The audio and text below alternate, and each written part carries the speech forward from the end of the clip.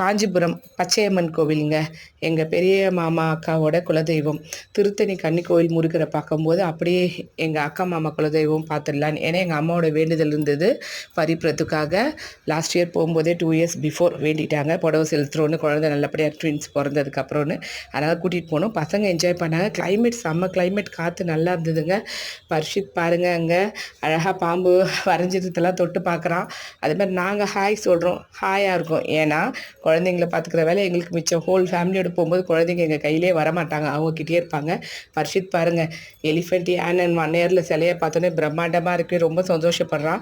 பிரதீக்ஷா தான் குதிரை இந்த நாய் பொம்மைலாம் பார்த்து கொஞ்சம் பயந்தா, அப்புறம் ஜாலி ஆகிட்டா. நல்லபடியாக அங்கே குலதெய்வ கோயிலுக்கு அர்ச்சனைலாம் முடிச்சுட்டு, இங்கே பாருங்கள் ஐயனார் சிலை கத்தி விஷயத்தில் எங்கள் வீட்டுக்காரர் எக்ஸ்பிளைன் பண்ணின்னு இருக்காரு. பர்ஷித் பார்க்குறான். எல்லாம் முடிச்சுட்டு அப்படியே வர வேலை புளியாங்க மரம் பார்த்தேங்க. அந்த புளியாங்காய் விடுவோமா, வாய் புளிப்பு டேஸ்ட்டு பறிச்சிட்டேங்க.